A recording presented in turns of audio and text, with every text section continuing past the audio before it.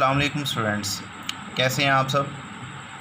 तो बच्चों, आज का जो टॉपिक हम डिस्कस करने जा रहे हैं वो भी प्रेपरेशन ऑफ अल्केन के हवाले से है। हमारा main topic preparation of alkane चल रहा है, आपको पता है। और हमने 3 मेथड्स अब तक पढ़ लिए हैं। डिफरेंट कंपाउंड से हमने अल्केन को प्रिपेयर किया। पहले हमने अनसैचुरेटेड कंपाउंड्स अल्कीन और अल्काइन से प्रिपेयर किया, उसके बाद हमने अल्काइल हैलाइड से प्रिपेयर किया, और उसके बाद हमने कार्बोक्सिलिक एसिड से प्रिपेयर किया। और आज हम चौथा मेथड पढ़ने जा रहे हैं, preparation of alkane from carbonyl compounds. ठीक है, तो स्टार्ट करते हैं बच्चों। तो सबसे पहला क्वेश्चन हमारे जहन में जो आता है वो यही है, कार्बोनाइल कंपाउंड्स क्या होते हैं। ठीक है, कार्बोनाइल कंपाउंड्स जो हैं ये हम किन्हें कहते हैं। तो बेटे, एल्डिहाइड्स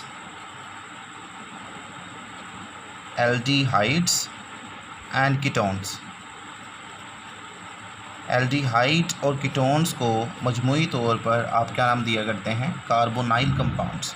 रीज़न क्या होती है, आपको पता है दोनों के अंदर कार्बोनाइल ग्रुप पाया जाता है ना। एल्डिहाइड्स में भी आपको याद होगा फंक्शनल ग्रुप के तौर पर आपने इसे लिखा था, तो ये जो C डबल बॉन्ड ऑक्सीजन है ये कार्बोनाइल ग्रुप है, तो एल्डिहाइड में भी है।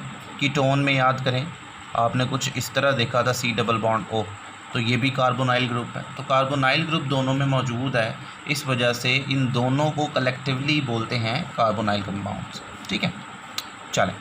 अच्छा, जब कार्बोनाइल कंपाउंड से आप प्रिपेयर कर रहे होंगे अल्केन्स को, तो आप कौन सा प्रिंसिपल यूज़ कर रहे होंगे। तो बेटा, आप फिर से यूज़ कर रहे होंगे रिडक्शन को। किसको इस्तेमाल कर रहे होंगे आप, रिडक्शन को। बेटा यू मस्ट थिंक, आपको सोचना चाहिए, हमने अक्सर रिडक्शन ही यूज़ किया। अब तक 4 मेथड हमने पढ़े हैं, और इन 4 में से 3 मेथड्स में तो रिडक्शन ही हुई। हाइड्रोजिनेशन को भी रिडक्शन बोला, एल्डिहाइड से अल्काइल हैलाइड से जो हमने प्रिपेयर किया उसको भी हमने रिडक्शन बोला। और अब तीसरा आप कार्बोनाइल कंपाउंड से पढ़े हुए, ये भी रिडक्शन है। कार्बोक्सिलिक एसिड से जो बनाया था वो डीकार्बोक्सिलेशन था। ठीक है, तो वो ज़रा डिफरेंट था, लेकिन देखिए मोस्टली रिडक्शन से ही प्रिपेयर होंगे अल्केन। इसकी भी एक वजह है, एक रीज़न है। ठीक है, वो वजह ना आपको थोड़ा सा आगे चल के मैं समझा पाऊँगा। ठीक है, फिर आपको पता चलेगा कि क्यों हम रिडक्शन को ही इस्तेमाल किया करते थे जब हम प्रिपेयर कर रहे होते थे अल्केन्स को। ठीक है, तो फिलहाल आप क्या करेंगे, रिडक्शन का प्रिंसिपल तो यूज़ करेंगे, लेकिन मैं एक लाइन कंप्लीट कर देता हूँ। You must write it down और your text books before the heading. तो आप देखेंगे उसको क्या लिखेंगे, reduction of carbonyl compounds, line ये लिख लेंगे आप, reduction of carbonyl compounds give us alkane, gives us alkane. ठीक है, ये लाइन लिख लें। इसी तरह MCQ में लाइंस आ जाया करती हैं और तब पता नहीं चलता आपको। ठीक है, फिर गलत हो जाता है वो। तो ये जब लाइन लिखी होगी, बार बार नज़र से गुजरी होगी, तो आपको काफ़ी हद तक याद रहेगा कि हम क्या करने जा रहे हैं। ठीक है, अच्छा जी, जब आप रिडक्शन कर रहे होंगे कार्बोनाइल कंपाउंड के अल्केन बनाने के लिए, तो आप किस टाइप के रिडक्शन कर रहे होंगे, इसके ऊपर हम थोड़ा सा लाइट थ्रो करते हैं। तो देखें जी, रिडक्शन जब आप करेंगे तो बेसिकली आप वहाँ पर क्या कर रहे होंगे, आप वहाँ पर एक ख़ास चीज़ कर रहे होंगे, एक ख़ास लाइन लिखी जा सकती है। आप वहाँ पर कर रहे होंगे डीऑक्सीजनेशन। क्या कर रहे होंगे आप, डीऑक्सीजनेशन। बड़े गौर से सुनिएगा, पूरे प्रोसेस को ये लाइन काबू कर रही होगी। जो इस लाइन में हो रहा है पूरे प्रोसेस में वही हो रहा होगा, तो आप इस लाइन को समझकर पूरा प्रोसेस ग्रिप कर लेंगे। तो क्या होगा, डीऑक्सीजनेशन हो रही होगी किसकी, एल्डिहाइड्स की एंड कीटोन्स और कीटोन्स की। ठीक है, ये हमारा बेसिक थीम होगा किसके अंदर, जो हम रिडक्शन कर रहे होंगे कार्बोनाइल कंपाउंड की, उसके अंदर। अब डीऑक्सीजनेशन आपको मैंने समझाया था, डी जब आ जाता है उसका मतलब होता है रिमूवल। ठीक है, तो डीऑक्सीजनेशन का मतलब फिर क्या हो जाएगा, रिमूवल ऑफ ऑक्सीजन। ठीक है, देखिए अब इस चीज़ को थोड़ा सा डिमॉन्स्ट्रेट करने के लिए हम यहाँ पर लिख लेते हैं। मैं अगर आपको बोलूँ कि मेरे पास एक एल्डिहाइड है, तो एल्डिहाइड को हम कैसे रिप्रेजेंट करते हैं। हमारे पास जनरल फार्मूला में एल्डिहाइड कुछ यूँ होता है ना, R C double bond oxygen और ये हाइड्रोजन, ये एक एल्डिहाइड। ठीक है, और इसी तरह हम लिख लेते हैं ये एक कीटोन भी हम साथ ही लिख लेते हैं, जनरल फार्मूला कीटोन का आपको पता है, यूँ कुछ हमने ये पढ़ा हुआ। ठीक है, और हम क्या करते हैं, चूँकि हम रिडक्शन करने जा रहे हैं, तो हमें क्या करना पड़ेगा, यहाँ पे हेल्प लेनी पड़ेगी some sort of reducing agent. Reducing agent क्या होता है, रिड्यूसिंग एजेंट बेसिकली वो स्पीशी होती है जो रिडक्शन कॉज करे, जो रिडक्शन करवाए। तो ज़ाहिर है यहाँ पर हमने रिडक्शन करवानी है थ्रू डीऑक्सीजनेशन, तो हमें रिड्यूसिंग एजेंट तो चाहिए होगा। ठीक है, तो जब आप रिड्यूसिंग एजेंट यहाँ पर लेकर आएंगे तो उसकी मदद से डीऑक्सीजनेशन होगी। अब ज़रा गौर करें, आपको यहाँ पे एक ऑक्सीजन नज़र आ रहा है, ये देखें C डबल बॉन्ड ऑक्सीजन। तो डीऑक्सीजनेशन होने का मतलब है इस ऑक्सीजन को यहाँ से निकाल दें। तो जब ये ऑक्सीजन निकल जाएगा तो आपके पास अल्काइल ग्रुप सेम रहेगा और ये कार्बन, तो इस कार्बन के ऊपर दो बॉन्ड है वो फ्री हो गए, ऑक्सीजन तो निकल गया और ये वाला तीसरा हाइड्रोजन जो पहले मौजूद था ये SH आ गया। अब रिड्यूसिंग एजेंट रिडक्शन जब कॉज करता है, ऑक्सीजन तो उधर निकाल देता है, यहाँ पर जो बॉन्ड फ्री होते हैं यहाँ पर वो ना हाइड्रोजन जोड़ देता है। तो यहाँ पर क्या होगा, यहाँ पर बुनियादी तौर पर 2 अदद न्यू हाइड्रोजन्स आकर ऐसे लग जाएंगे। ठीक है, अगर आप इसको देखें ज़रा, इसको कलेक्ट करें ये पूरे पार्ट को, तो आपके पास कुछ यूँ बन गया ना, ये अल्काइल ग्रुप और कार्बन के साथ 3 हाइड्रोजन्स अटैच हैं। तो देखें अल्केन तो बन गया, एक तरफ भी अल्काइल ग्रुप दूसरी तरफ भी अल्काइल ग्रुप। आपको पता है ना अल्केन है, ये सिंपल सैचुरेटेड हाइड्रोकार्बन बन गया, तो अल्केन तो आपके पास बन गया। लेकिन एक और तलब बात यहाँ पे ये है कि जब आप एक एल्डिहाइड को रिड्यूसिंग एजेंट के ज़रिए डीऑक्सीजनेशन से गुजारते हैं तो वो आपके पास इस हाइड्रोजन को मिलाकर जो कार्बोनाइल ग्रुप है, देखिए ना ये C डबल बॉन्ड वो कार्बोनाइल ग्रुप था, इस तीसरे हाइड्रोजन को भी मिलाकर ये कलेक्टिवली हमारे पास किस में तब्दील हो जाता है, मिथाइल ग्रुप में। इसलिए बोलते हैं एल्डिहाइड जब रिडक्शन से गुजरेगा तो उसका जो कार्बोनाइल ग्रुप है वो मिथाइल ग्रुप में बदल जाएगा, इंक्लूडिंग दिस हाइड्रोजन। ओके, अगर कीटोन की बात करें, कीटोन के लिए भी सेम कंडीशन, रिडक्शन कर रहे हैं, वही रिड्यूसिंग एजेंट भी चाहिए होगा यहाँ पर हमें। तो इसकी जब डीऑक्सीजनेशन होगी, यानी ये वाला जो ऑक्सीजन है ये यहाँ से निकालेगा रिड्यूसिंग एजेंट इसको और हाइड्रोजन जोड़ेगा, सेम प्रिंसिपल यहाँ पर अप्लाई होगा। तो R है, C, यहाँ पर 2 बॉन्ड फ्री हो गए क्योंकि ऑक्सीजन निकल गया और ये R ग्रुप वैसे ही रहेगा। अब यहाँ पर रिड्यूसिंग एजेंट ने क्या जोड़ देना है, उसी तरह हाइड्रोजन जोड़ देने। ठीक है, तो ये क्या बन गया, ये बन गया बुनियादी तौर पर RCH2। ये क्या बन गया, CH2, 2 हाइड्रोजन आ गए ना, और तीसरा R ग्रुप वैसे ही रहेगा। ठीक है, अब मुझे बताएं इस प्रोसेस के अंदर आपके पास जो कार्बोनाइल ग्रुप था वो किस में तब्दील हो गया, ये देखें ये इस पूरे ग्रुप में तब्दील हो गया ना वो। तो ये जो ग्रुप होता है इसको आप क्या नाम देते हैं, इसको आप नाम देते हैं मैथिलीन ग्रुप। क्या बोलते हैं इसको, मैथिलीन ग्रुप। तो फिर हम बोलते हैं भाई जब कीटोन को रिड्यूस करते हैं थ्रू डीऑक्सीजनेशन तो जो कार्बोनाइल ग्रुप है वो किस में बदल जाता है, वो मैथिलीन ग्रुप में बदल जाता है। ठीक है, तो इस तरीके से एल्डिहाइड और कीटोन दोनों डीऑक्सीजनेशन जब उनकी होती है तो अल्केन में बदल जाया करते हैं। क्लियर हो गया आपको। तो ये हमारे पास जनरल प्रिंसिपल होगा कार्बोनाइल कंपाउंड की रिडक्शन के लिए। अच्छा, एक बात बताएं बच्चे, अगर ग्रुप CH3 है, देखिए ना पहले CH4 मीथेन होता है, CH4 मीथेन, CH3 हो तो मिथाइल, CH2 हो तो मैथिलीन। अगर CH रह जाए, यानी आपको वैसे ही मतलब मेरे जहन में आया तो ये चलें ये बता देता हूँ नॉलेज वाइज, ये भी एक इम्पॉर्टेंट बात है, अक्सर पता नहीं होती बच्चों को ये।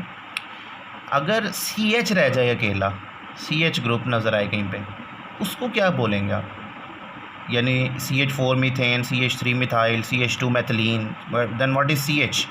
तो बेटा CH को हम बोला करते हैं मीथाइन ग्रुप। क्या बोला करते हैं, मीथाइन ग्रुप। ठीक है, वैसे ही नॉलेज के लिए ये चीज़ याद रखिएगा।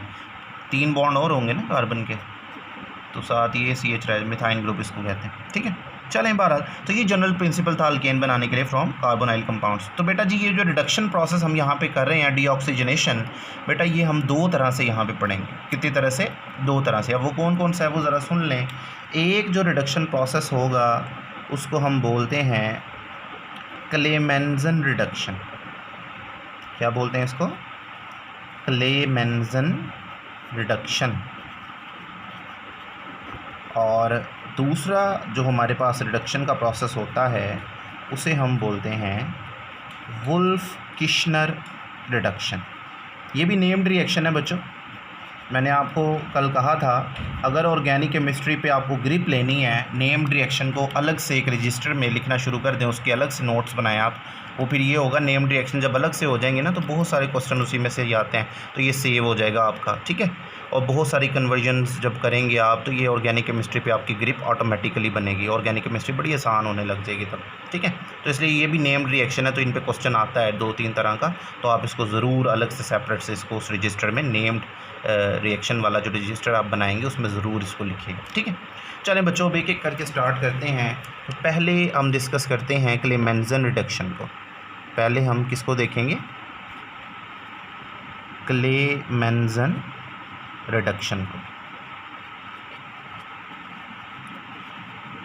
क्लेमेंज़न रिडक्शन, अच्छा, तो फर्स्ट ऑफ ऑल क्लेमेंज़न रिडक्शन किस साइंटिस्ट के नेम पे है, इसको थोड़ा सा मैं आपको बता देता हूँ। हमारे पास बच्चों एक साइंटिस्ट था एरिक क्रिश्चियन, उसका पूरा नाम बता रहा हूँ, एरिक क्रिश्चियन क्लेमेंज़न, ठीक है। ये एक हमारे पास बंदा था, एक केमिस्ट, जिसने फ़र्स्ट ऑफ ऑल इस रिएक्शन को रिपोर्ट किया, उसी के नाम पर हम इसको क्लेमेंज़न रिडक्शन बोल दिया करते हैं, ठीक है। तो इस रिएक्शन के लिए सबसे इम्पॉर्टेंट बात ये होगी कि इसकी कंडीशन क्या है, किस कंडीशन के तहत। ये जो क्लेमेंज़न और वुल्फ किश्नर है ना, ये कंडीशन की बुनियाद पर ही तो एक दूसरे से डिफरेंट होंगे, वरना प्रिंसिपल तो देखें सेम रहा। तो इसलिए कंडीशन बतानी ही ज़रूरी बात होगी यहाँ पे कि किस कंडीशन के तहत हमारे पास ये वकूअ पज़ीर होगा, ठीक है। तो हमारे पास इसके लिए जो कंडीशन होगी बेटे, वो हमारे पास होगा जिंक अमलगम। क्या टर्म बोली मैंने? जिंक, और आगे मैंने कहा अमलगम, और ये होगा इन the presence of concentrated HCl, ठीक है। अब पहली चीज़ यही है भाई, अमलगम हम किस चीज़ को बोला करते हैं? अमलगम बुनियादी तौर पे क्या होता है, इट इज़ एन एलॉय समझते हैं ना, मेटल्स का mixture, alloy of mercury Hg with any other metal. किसी भी दूसरी मेटल के साथ मरकरी का जो एलॉय है उसे हम क्या बोलते हैं? अमलगम। तो जिंक एक मेटल है, जिंक और मरकरी का जो हमारे पास होगा एलॉय, उसे हम क्या कहते हैं? Zinc amalgam. इसी तरह दूसरी मेटल के साथ भी होता है, सोडियम अमलगम। टेबल में ज़्यादातर जितनी मेटल्स हैं ना, सब के साथ आलमोस्ट मरकरी का ये एलॉय बन ही जाता है। कुछ के साथ नहीं बनता, आयरन से नहीं बनता, टाइटेनियम से नहीं बनता, टेंटलम से नहीं बनता, ठीक है, टंगस्टन से नहीं बनता, ये 3-4 के अलावा बाकी सबसे बन जाता है। तो जिंक अमलगम का फिर मतलब क्या होगा, हम उसको कैसे मेंशन करेंगे? हम उसको मेंशन करेंगे कुछ यूँ, जिंक होगा और अमलगम, ये कोई बॉन्ड नहीं बनाया, ये वैसे ही एक हाइफन होता है, मतलब जिंक और मरकरी का रिलेशन है ना ये, तो इसलिए इसको ऐसे लिख, जिंक अमलगम होगा और in the presence of HCl, okay. तो देखिए इस कंडीशन से ना आपको एक बड़ी ज़बरदस्त बात पता चली है। क्या बात भला आपको क्या पता चली है? HCl acidic. तो भाई ये जो रिएक्शन हमारे पास होता है, ये बुनियादी तौर पे एसिडिक मीडियम रिएक्शन है। क्या है ये? एसिडिक मीडियम, क्योंकि ये एक एसिड की मौजूदगी में हो रहा है, तो आप इसको बोलेंगे ये एक एसिडिक मीडियम रिएक्शन। क्लियर हो गया? चलें अब इसको हम क्या करते हैं, एग्जाम्पल से डिमॉन्स्ट्रेट करते हैं कि कैसे क्लेमेंज़न रिडक्शन हमारे पास होती है, ठीक है जी। तो एग्जाम्पल देखते हैं जी हम, ठीक है, क्लेमेंज़न रिडक्शन के लिए एग्जाम्पल। तो एग्जाम्पल के तौर पे बेटे अगर मैं कार्बोनाइल कंपाउंड ले लूँ, यहाँ पे मैं ले लेता हूँ कीटोन, ठीक है। यहाँ पर एक कीटोन ले लेते हैं हम, CH3 C double bond O CH3। मैंने ये सबसे छोटा कीटोन ले लिया, 3 कार्बन वाला कीटोन सबसे छोटा कीटोन होता है। और इसको रिड्यूस करने के लिए कंडीशन जो है वो हम वो तय कर चुके हैं। वो हमारे पास क्या होगी? वो हमारे पास होगा zinc amalgam in the presence of HCl। इस कंडीशन के तहत जब आप एक कीटोन को ट्रीट करवाते हैं तो बेटा यहाँ पर जिंक और क्लोरीन, HCl में से जो क्लोरीन है वो जिंक अमलगम में जिंक पार्ट के साथ मिलती है और नेसेंट हाइड्रोजन बनाती है, ठीक है, नेसेंट हाइड्रोजन बना करती है यहाँ पे। मतलब इस तरह करके एक रिएक्शन होता है ना, जिंक प्लस HCl, तो ये ZnCl2 करके और साथ नेसेंट हाइड्रोजन ये पैदा करता है, ठीक है। यहाँ पे अगर हम 2 HCl लें तो आपको समझ आ जाएगा कि 2 हाइड्रोजन नेसेंट यहाँ पर निकलेंगे, ठीक है। तो यहाँ पर होती है नेसेंट हाइड्रोजन जो इस रिएक्शन से कंडीशंस से बुनियादी तौर पे आई है। तो ये जो नेसेंट हाइड्रोजन है, इसको 4 अगर मैं इसको ले लूँ क्वांटिटी में 4 मोल, तो देखें हम रिएक्शन को जस्टिफाई कर पाएंगे, ठीक है। तो तो यहाँ पर ये जो डीऑक्सीजनेशन का कॉन्सेप्ट मैंने आपको बताया था भाई, यहाँ से ये ऑक्सीजन निकलेगी, ठीक है, और जो 2 बॉन्ड इस कार्बन के फ्री होंगे, इन 4 में से 2 हाइड्रोजन वहाँ पर आ जाएंगे कुछ इस तरह। ये CH3 तो ऐसे ही रहा। आगे हमारे पास कार्बन में से ऑक्सीजन निकला तो ये 2 बॉन्ड फ्री हो गए ना, तो यहाँ पर इन 4 में से 2 हाइड्रोजन तो आ गए यहाँ, और आगे जो हमारे पास है वो CH3 वैसे ही रहेगा, अल्केन बन गया, CH3 CH2 CH3 प्रोपेन बन गया, ठीक है। अब आगे का जो ऑक्सीजन यहाँ से निकला वो इन 4 में से 2 तो लग गए, 2 बचे हुए थे, 2 इस ऑक्सीजन के साथ मिलकर क्या बना देंगे, वाटर। क्लियर हो गया आपको? तो देखिए ज़रा, डीऑक्सीजनेशन हुई जिंक अमलगम की मौजूदगी में इन the presence of HCl, acidic conditions में ये रिएक्शन हुआ, और डीऑक्सीजनेशन के बाद आपका जो कार्बोनाइल कंपाउंड है वो बदल गया किसके अंदर, एक अल्केन के अंदर, ठीक है बच्चों। तो इस तरीके से हमारे पास क्या हुआ करता है, क्लेमेंसन रिडक्शन होती है, ठीक है। चलें, अब नेक्स्ट हमारे पास जो रिडक्शन है उसकी बात करते हैं, और वो है जी सेकंड टाइप ऑफ रिडक्शन, जिसे हम बोलते हैं वुल्फ किश्नर रिडक्शन। अच्छा, यहाँ पे ना आपको एक ट्रिक बताता हूँ। चलें पहले वुल्फ किश्नर पढ़ लेते हैं, फिर मैं आपको एक चीज़ बताऊंगा जो अक्सर बच्चे भूल जाते हैं, ठीक है। वुल्फ किश्नर रिडक्शन, तो देखें जी, Wolff Kishner first of all वही चीज़ हम देखते हैं कि ये नाम जो है वो हमने किस तरह इसको दिया हुआ है। असल में ये ना 2 साइंटिस्ट के बारे में है, 2 साइंटिस्ट हैं हमारे पास। एक हमारे पास था लुडविग वुल्फ, एक साइंटिस्ट था लुडविग वुल्फ, और दूसरा हमारे पास जो था वो था निकोलाई किश्नर, ठीक है। इन दोनों ने इंडिपेंडेंटली इस प्रोसेस को बारी बारी डिस्क्राइब किया था, पहले लुडविग ने और उसके बाद निकोलाई ने। तो इस बुनियाद पर इसे वुल्फ किश्नर रिडक्शन कहते हैं, ठीक है। तो देखते हैं जी बच्चों, इस प्रोसेस के लिए हमारे पास कंडीशन क्या होगी। जिस तरह मैंने बताया था, कंडीशन की बुनियाद पर ही ये प्रोसेसेस जो हैं 2 एक दूसरे से डिफरेंट हैं। तो देखते हैं जी, वुल्फ किश्नर के लिए हमारे पास क्या कंडीशन होगी, ठीक है। तो यहाँ पर हमारे पास कंडीशन के तौर पर होता है बेटे हाइड्राजीन। नाम ये आपने पहले भी सुना है, हाइड्राजीन के बारे में स्पेशल मैंने आपको कुछ बताया था, याद करिएगा ज़रा। हाइड्राजीन होता है इन the presence of a base, ठीक है। हाइड्राजीन होगा इन the presence of a base. अब हाइड्राजीन क्या है, हाइड्राजीन बुनियादी तौर पर होता है N2H4, ठीक है, इन the presence of a base, और बेस आमतौर पर हुआ करती है पोटाशियम हाइड्रोक्साइड। तो बेटा जी ये हमारे पास hydrazine in the presence of potassium hydroxide, ये कंडीशन बन जाती है किसके लिए, वुल्फ किश्नर रिडक्शन के लिए, ठीक है। अब कंडीशन से देखें, एक इंपॉर्टेंट बात हमें पता चली है, ये बेस की मौजूदगी में हो रहा है, तो आप बोलेंगे ये बेसिक मीडियम का रिएक्शन है बुनियादी तौर पर, ठीक है। वो एसिडिक मीडियम में था, ये बेसिक मीडियम में होने वाला एक रिएक्शन होगा, ठीक है। तो इसको भी डिमॉन्स्ट्रेट करने के लिए हम क्या करते हैं, एक एग्जांपल ले लेते हैं ताकि जस्टिफाई हो सके। तो देखें जी, एक एग्जांपल हम लेंगे जिससे डिमॉन्स्ट्रेट होगा डीऑक्सीजनेशन, ठीक है। तो यहाँ पर कार्बोनाइल कंपाउंड एक मैं ले लेता हूँ, और कार्बोनाइल कंपाउंड के तौर पे मैं यहाँ पे लेता हूँ एक एल्डिहाइड, ठीक है। ये मैंने एल्डिहाइड का जनरल फार्मूला आपके पास लिखा है, अगर आप चाहें तो आप इसको मतलब जनरल के अलावा भी ले सकते, स्पेसिफिक कर लें इसको। हम यहाँ पर CH3 अगर लगा दें तो ये CH3 C double bond oxygen और ये हाइड्रोजन, तो ये हमारे पास बन गया एक एल्डिहाइड, ठीक है। और हम क्या करेंगे, इसकी डीऑक्सीजनेशन करेंगे एक ख़ास कंडीशन के तहत जो भी हमने बताई। तो वो क्या थी, हाइड्राजीन होगा N2H4 और पोटाशियम हाइड्रोक्साइड की मौजूद साथ सम टाइम ना 200 डिग्री सेल्सियस टेम्परेचर हम दे दिया करते हैं। तो देखिए जी, यहाँ पे क्या होगा, ये भी हाइड्राजीन यहाँ पे हाइड्रोजन्स प्रोवाइड करेगा, बिल्कुल उस तरह जिस तरह पीछे जिंक जो है वो हाइड्रोजन्स दे रहा था ना, उसी तरह यहाँ पर भी नेसेंट हाइड्रोजन जो है वो निकलेगी हाइड्राजीन से बुनियादी तौर पे।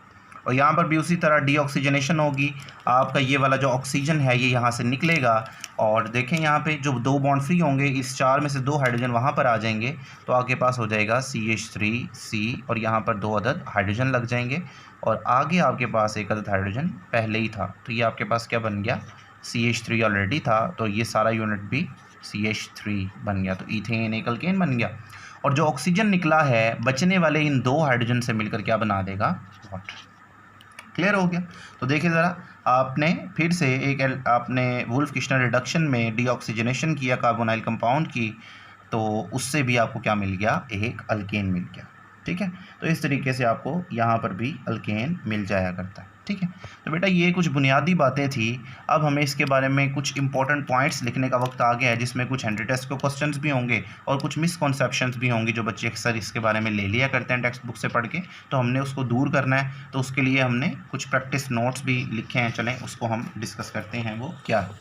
तो देखिए जी, यहाँ पे इंपॉर्टेंट नोट्स की एक हेडिंग है और उसके अंदर आपको मैंने कुछ क्वेश्चंस के ज़रिए से समझाने की कोशिश की है, तो बेहतर है, प्रैक्टिस भी हो जाएगी आपकी और आप कुछ लाइंस भी लिख पाएंगे अपनी टेक्स्ट बुक पे। तो देखें जी, एक MCQ यहाँ पे मैंने लिखे हुए।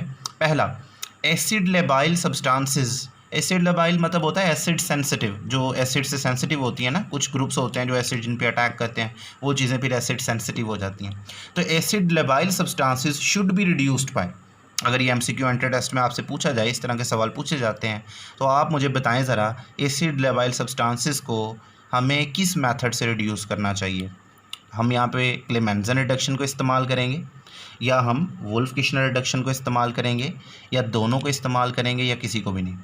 तो जवाब दें ज़रा, एसिड लेबाइल सब्सटेंसेस को हम कैसे रिड्यूस करेंगे। तो सोचा आपने, कुछ समझ आया? नहीं आया? चले मैं बताता हूँ। तो बेटा आपका आंसर यहाँ पर क्या होना चाहिए, आपका आंसर होना चाहिए वुल्फ-किश्नर रिडक्शन। ठीक है। अब ये देखें, acid labile substances acid sensitive substances हैं, आप उसको क्लेमेंज़न में तो नहीं करोगे, क्योंकि क्लेमेंज़न में तो एसिडिक कंडीशंस इस्तेमाल होती हैं ना, HCl की मौजूदगी में, और तो एसिड तो उस पर अटैक करके उसको वेस्ट कर देगा। तो इस वजह से आपको अगर इसको रिड्यूस करना है तो आपको बेसिक कंडीशन की तरफ जाना चाहिए, जो कि वुल्फ-किश्नर में इस्तेमाल होती हैं।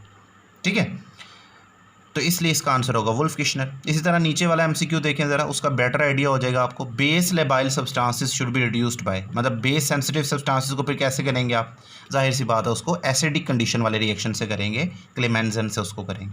ठीक है। अब बच्चों एक चीज़ मैं आपको पीछे कह रहा था, मैं आपको एक चीज़ समझाता हूँ, याद रखने के लिए, वो याद रहेगी, वो कंडीशंस ही हैं। अक्सर आप ना मिक्सअप कर देते हैं क्लेमेंज़न की कंडीशन को और वुल्फ-किश्नर की, और कंडीशन की ही तो बेसिस पर वो डिफरेंट है।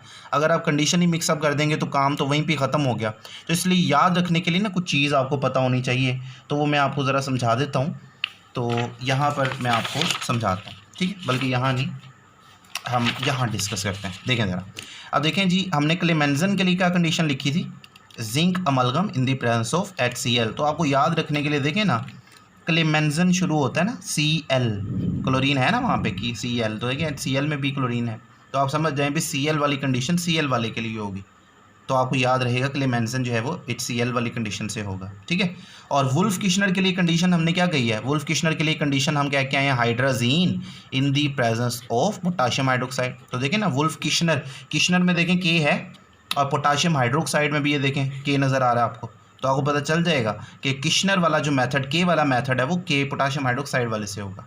क्लियर है। तो ये एक ट्रिक छोटा सा है, आपको इससे कंडीशंस जो है वो एटलीस्ट याद रहेंगी और आप उसको गलत नहीं करेंगे, तो सवाल आपका गलत नहीं होगा किसी सूरत। ठीक है। चलें अब अपने बेसिक चीज़ की तरफ। जो तो देखिए यहाँ पर बेटा कुछ लाइनें फिर हमें लिख देनी चाहिए। मैं आपको मजीद ये जो हमने सीखा, यही लाइनें आप अपनी बुक पे लिख सकते हैं। Acid labile substances should be reduced by Wolff Kishner reduction and base labile substances should be reduced by Clemmensen reduction. ठीक है। इसी से देखिए ना, फिर हमें कुछ और आउटकम भी मिल रहा है, उसको भी हम ज़रा मेंशन कर लेते हैं ना, कि वो जो आउटकम हमें मिल रहा है इसकी मदद से, वो क्या है। ठीक है। तो वो आउटकम को हम ना यहाँ लिख लेंगे। तो देखें जी, फॉर क्लेमेंज़न रिडक्शन मैंने लिखा हुआ है। क्लेमेंज़न रिडक्शन के लिए फिर हमारे पास सबस्ट्रेट कैसा होना चाहिए, रिएक्टेंट कैसा होना चाहिए। क्लेमेंज़न रिडक्शन यूज़ करती है एसिड को, तो आपके पास जो भी सबस्ट्रेट होगा that should be resistant towards acid. तो आप यहाँ पे क्या लिखेंगे, फॉर क्लेमेंज़न रिडक्शन सबस्ट्रेट का मतलब होता है reactant, substrate should be resistant या स्टेबल टू एसिड, या स्ट्रॉन्ग एसिड आप कह सकते हैं। ठीक है। और for wolf-Kishner reduction substrate should be stable to strong base। ठीक है। तो इससे भी आप बेहतर इस कॉन्सेप्ट को सीख सकेंगे। ठीक है। चलें, अच्छा जी, अब ये था जी नोट नंबर 1, एक नोट जिसे मैंने A कहा था, तो ये सारी चीज़ें उसको समझाने में इस्तेमाल हुई हैं। अब B टाइप का नोट, इसके बारे में हम एक और लिख रहे हैं। चलें एक और MCQ को जल्दी से आप जो है वो सॉल्व कर दें अपने लिए। तो बताएं ज़रा, Clemmensen reduction can be used for, जो क्लेमेंजन रिडक्शन आपने सीखी है वो किसके लिए आप इस्तेमाल कर सकते हैं, एल्डिहाइड के लिए या कीटोन के लिए या दोनों के लिए या नन। तो देखें ज़रा गौर से इसको देखें ज़रा क्या आंसर बनता है इसका। क्लेमेंजन के लिए हमने एग्जांपल भी लिखी थी, तो बेटा वो हमने कीटोन की लिखी थी ना, याद करें ज़रा। तो आंसर हमारा होना चाहिए कीटोन। जैसे ही मैं कीटोन लगाऊंगा गलत हो जाएगा, आंसर है बोथ। ठीक है, तो याद रखें क्लेमेंजन रिडक्शन जो है वो सिर्फ कीटोन के लिए नहीं होती, वो एल्डिहाइड के लिए भी होती है। चलें, वुल्फ किश्नर के लिए अगर यही एमसीक्यू आता है, Wolff Kishner reduction can be used to reduce, और यही ऑप्शन होते हैं, A aldehyde, B ketone, C both, none. अब ऑप्शन क्या होगा? अब ज़रा स्पेशल केस बन जाएगा, तो बताएं ज़रा अब हमारे पास आंसर क्या है, एल्डिहाइड या कीटोन या डी, सी या डी? तो आप अब की बार सेलेक्ट करेंगे बोथ को ही। ठीक है, कोई स्पेशल बात नहीं होगी बेटा, याद रखें कोई डिफ्रेंशिएशन नहीं है, कोई तमीज़ नहीं है।